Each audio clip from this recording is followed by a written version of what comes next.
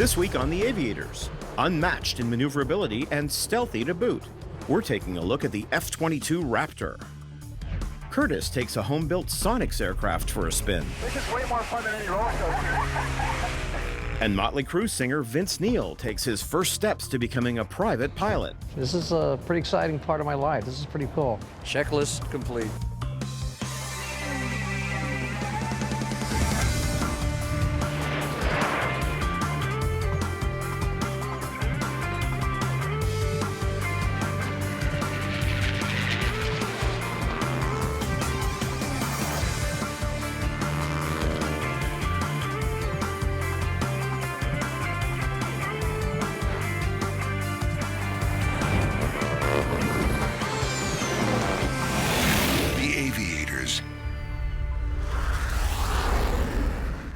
Every pilot has their own reasons for wanting to learn to fly.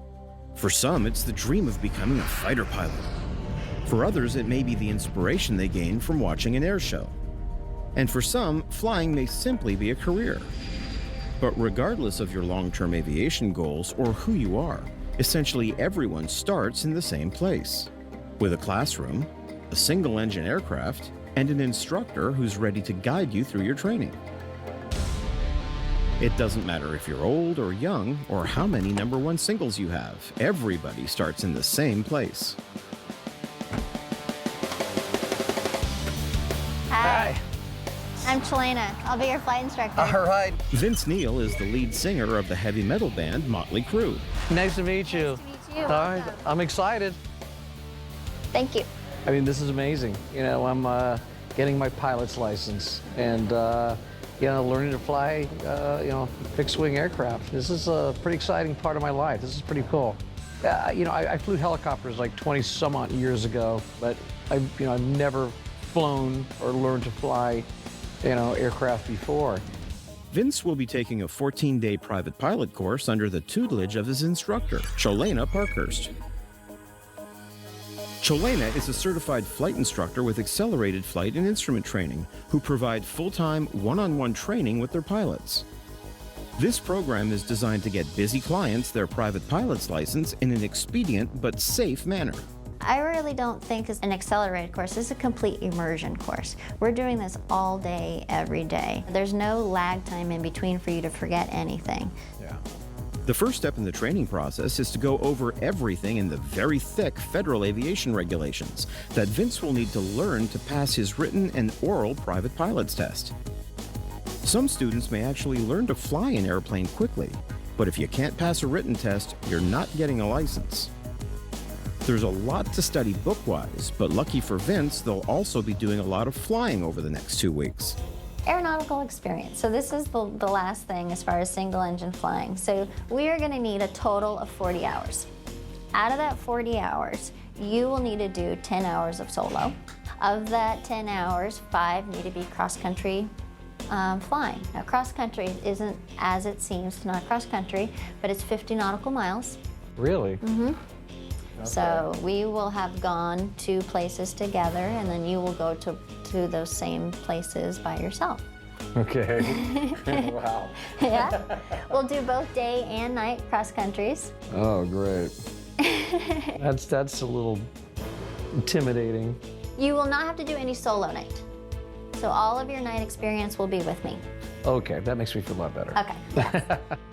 Before they can go for their first flight or even see the airplane for the first time, there's a lot of things for Chelena to go over with Vince. Like how to read an airport diagram, or look at a sectional chart, or where to look for weight and balance information.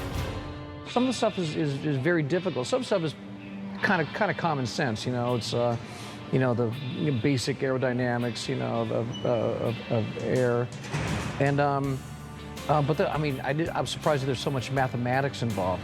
You know, I'd take out my iPhone, the calculator, and like, you know, getting the weights down for the aircraft, and you know, all those different types of things, and so many charts, and you know, it's flight school, but it's really school.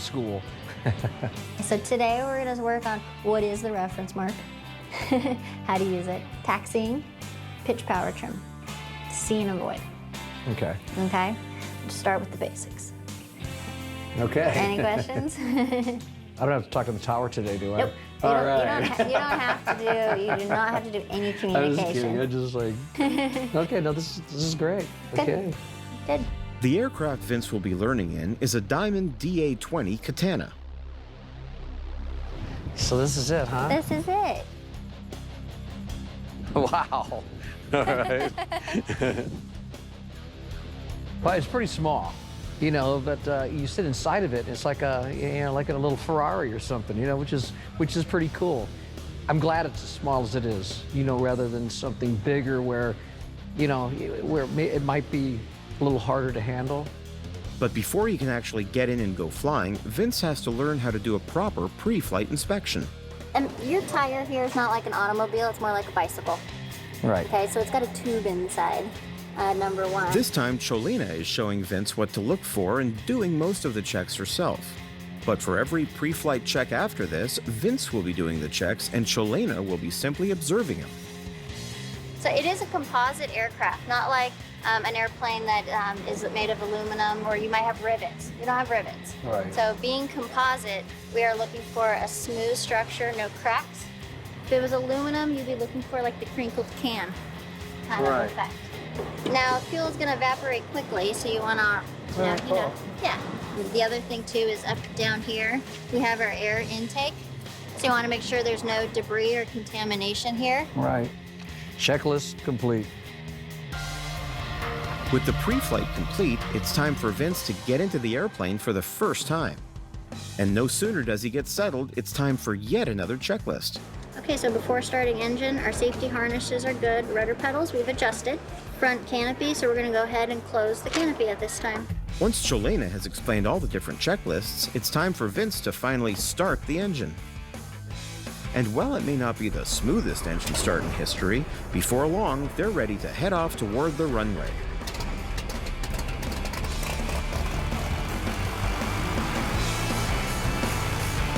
So we're going to go ahead and we're going to turn right. And so to anticipate that, I mean, you're going to push your foot full right. So go ahead and push full right. There you go. The DA-20 has what's called a free castering nose wheel. This is not dissimilar to a shopping cart wheel in the sense that it turns on its own. To actually turn the aircraft, Vince uses a combination of the rudder and what's called differential braking. By applying the right brake on the main wheels and pushing the throttle forward, the aircraft will turn to the right.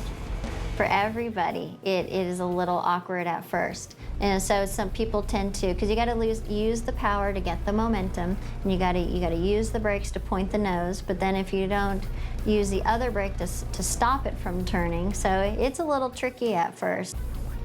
I can't feel where the brake kind of is. With your feet? It's just really kind of tricky. It took a couple minutes, but, you know, we spent, you know, like a half an hour doing figure eights out on the tarmac, you know, away from all the other, you know, other aircraft. But when I first doing it, you know, you want to turn and you automatically go like this and grab for the stick and want to turn it, but you know that's not the way it works. So just just figuring out the touch with the brakes and you know the rudder controls. It's cool. With the basics of taxiing under his belt, Cholena has Vince head toward the runway so that they can do their run-up and takeoff. But at this point, Cholena notices an issue that puts the whole flight on hold. Now, one thing I've noticed while we've been doing this is we have no oil pressure, and now our oil temperature became completely in the red, Right. which is a concern. Right. So in this heat at 1 o'clock in the afternoon in Las Vegas, and it's 105 degrees, so we spent a good hour in the blazing heat, taxiing around for another half hour. By the time we got to the run-up area, the plane was just hot. I made the decision for us to return back, let the plane sit, cool down, and we would try it again another time. As they head back to the hangar, Vince will not be getting his first flight today. The next day, with the airplane in the cooler hangar, Vince gets to work pre-flighting the aircraft himself.